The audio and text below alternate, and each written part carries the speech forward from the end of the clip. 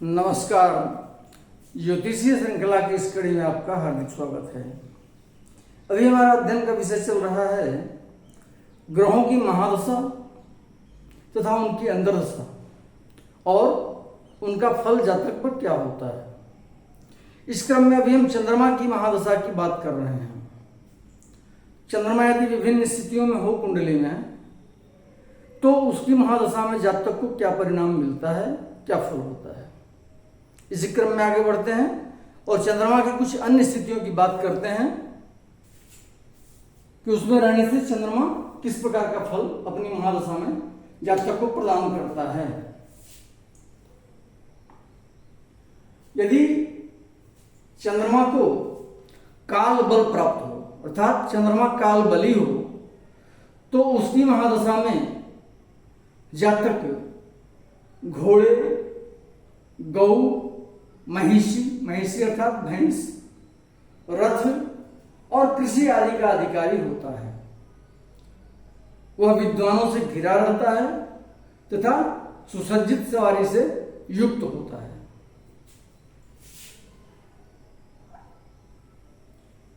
यदि कुंडली में चंद्रमा को नैसर्गिक बल प्राप्त हो तो उसकी दशा में जातक को निसर्ग अर्थात स्वाभाविक रूप से सुख प्राप्त होता है। बिना परिश्रम के राजा से सम्मान प्राप्त होता है तथा वाहन और भूमि इत्यादि की प्राप्ति होती है।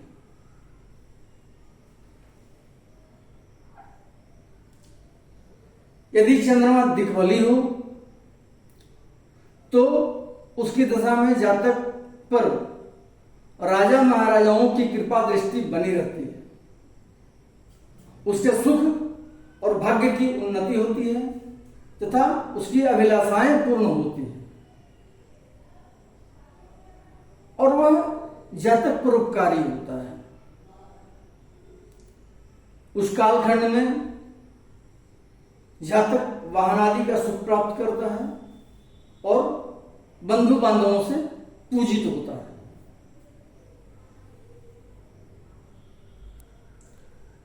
यदि चंद्रमा क्रूर ग्रह के षष्ठांश में हो तो उसकी महादशा में जातक को नाना प्रकार के दुख होते हैं। स्त्री पुत्र इत्यादि को क्लेश होता है, राजा से भय बना रहता है, वाद विवाद की संभावना रहती है लोगों से और कलह होती है।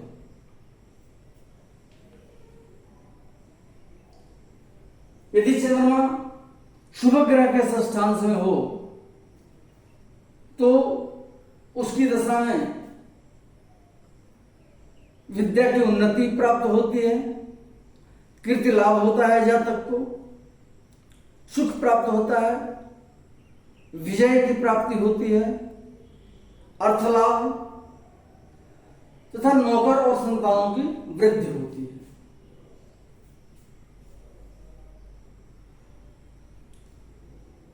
यदि चंद्रमा परावतांश में, परावतांश का मतलब कि चंद्रमा 6 शुभ वर्गों में स्थित हो।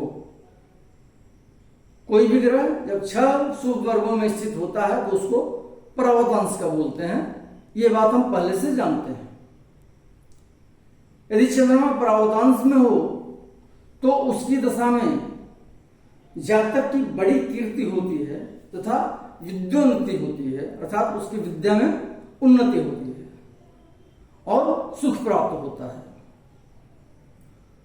उस दशा काल में उसकी प्रवृत्ति देवार्चन में बनी रहती है, देवताओं के अर्चन पूजन में तथा तीर्थ जलों के स्नान में, तीर्थ जलों में जातक को स्नान करने का सौभाग्य प्राप्त होता है।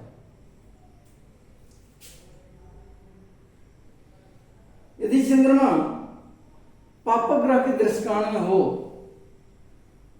तो उसकी महादशा में जातक रोगी होता है, पापी होता है, पाप कर्म करता है और गौ तथा ब्राह्मणों को पीड़ा पहुंचाना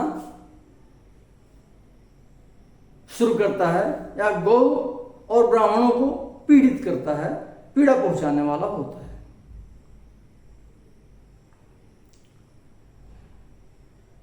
अब अगले वीडियो में हम जातक के विभिन्न भावों में रहने से, कुंडली में चंद्रमा के विभिन्न भावों में रहने से उसकी महादशा में जातक पर उसका क्या प्रभाव पड़ता है, उसका अध्ययन करेंगे। नमस्कार।